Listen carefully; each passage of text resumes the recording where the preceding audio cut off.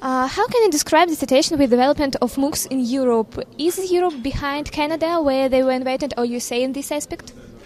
Actually, I don't think Europe is behind. Distance education and online education is invented in Europe.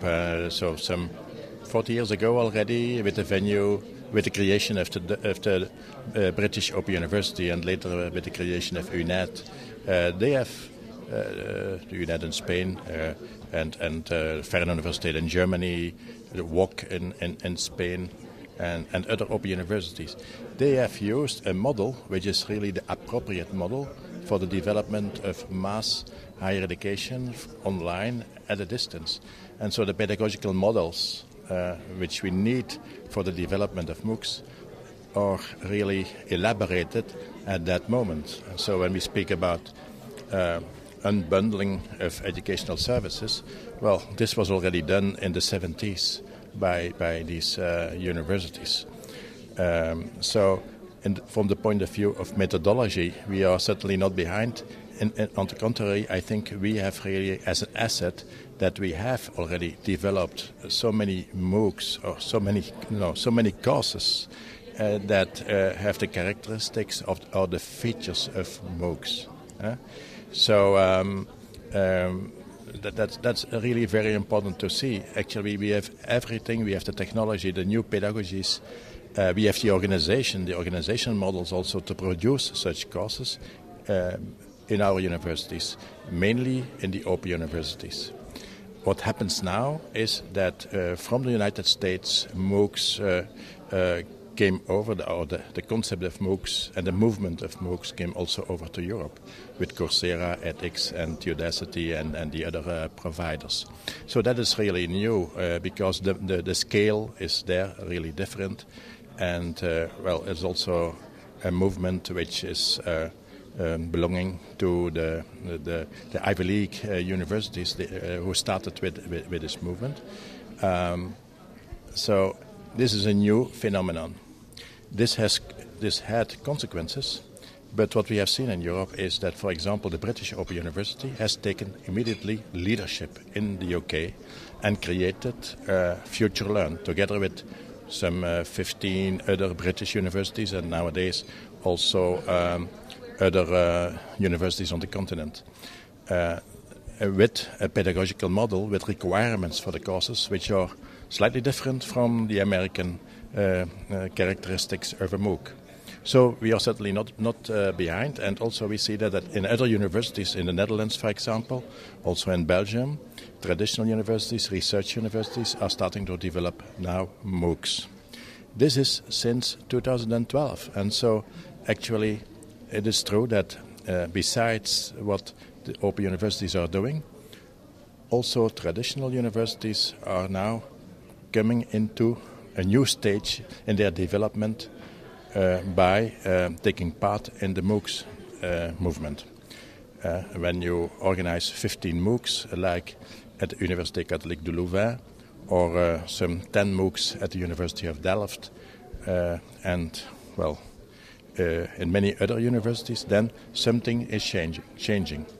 And what is changing? Okay, online learning, digital learning environments become important for on-campus universities, also for on-campus education, more than it ever was beforehand. So let's say the idea of online learning, distance education, open learning, flexible learning is now integrated slowly in the policies, in the institutional policies of traditional universities. And that's just happening now. So what we have seen, for example, in the Netherlands is that there was some discussion about online learning, flexible learning, open learning up to 2012, 2013. But only since 2013, this became really a part of the educational policy of all of the Dutch universities. So that's really a big change. And perhaps this is more important as a change for the universities than the MOOCs phenomenon per se, because this will affect the quality of higher education on campus, and this will extend higher education to new target groups with flexible education to adult people, also by traditional universities. Not to the same degree as open universities will do, because it's their mission to teach adult students and to be specialized institutes in that respect. But nevertheless, that will be a big change for the traditional universities in Europe. And that's just what is happening now. So I think from 2013 on, with the venue of MOOCs, we have developed a lot of MOOCs, but more importantly, actually, this movement has created new pedagogies, new organizational models for the implementation of online teaching and learning in traditional universities, in traditional learning, in traditional educational departments, in psychology, in sciences, and you name it. That's the most important evolution. Will this evolution go very fast? We don't know. So this depends on the institutional policy of universities, but also from governmental policy. And the European Commission is now trying to accelerate this process by thinking about incentives, by thinking about new policies to be implemented by national ministers, by national governments. And we in EADTU, we are doing a study in 8 countries about the actual implementation of new technologies, of ICT, new modes of teaching and learning in higher education, and just with the objective to see how this process can be accelerated in European countries. So, talking about modern education, which lines of development are the most promising now? Well, actually, it's most promising that universities get aware of the power of online education. You know, the big problems in higher education in Europe are student numbers because of mass higher education. So the objective is that in a short term, by 2020, we will have 40% participation in higher education. And the question is, how can you reach quality for education for these 40% cohorts in higher education? This is really a challenge. So it's about student numbers, it's about the quality of education, and it's about the support of education by new modes of teaching and learning, whereby we can deal as universities with these larger student numbers and the new requirements for education. So this is really promising, I think, and all universities are getting aware of this. The only thing is that innovation processes, this is really innovation, educational innovation, that this will take time. It will not go in a fortnight. It is really a process of 5 years. But I believe that within 5 years we are really much further than we are now, because then online education, flexible education will be just part or just an aspect, a mode of the mainstream provision in higher education in most of the European universities. I think that's the most important. The other thing is that hopefully open universities get even more impact on the education of adults. And so actually there is no doubt that they will have.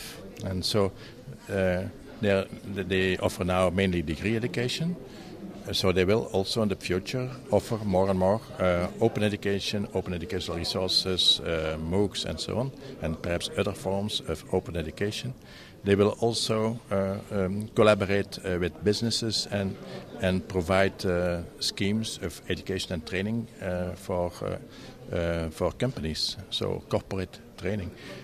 And these are new challenges which are very much important. So in the universities we have now research and innovation, but we should also have research and innovation and education and training to make our society more innovative, also with regard to innovation in enterprises and with regard to new competencies, new skills, for more employment and different employment of people in innovative companies. So this will be something which will happen in the next 5 years as well. So this is also very important as a development line. And next to that, I think that international education becomes more important. So at the moment we are working in a national context, most of our universities, but increasingly we will collaborate at the curriculum level, at the course level, with other universities, and we will enrich the learning experience of students in international classrooms by mobility and virtual mobility. So that's also a very important aspect of the future development in higher education. Why will we do that? Because also the workplace is more and more international, and intercultural cooperation becomes more and more important. Every workplace has a kind of international or intercultural aspect. But basically there's another reason, because research and science is international. And so when you want to be really a good university, you work also with experts from other universities, from universities abroad, who you meet already as a teaching staff when you're doing research or when you're doing innovation projects. So actually there's also a natural process, a natural evolution, that we collaborate in education, in higher education, at the course level, at the curriculum level, because research is international and because innovation is international, and because our world is globalized. Thank you. Voilà.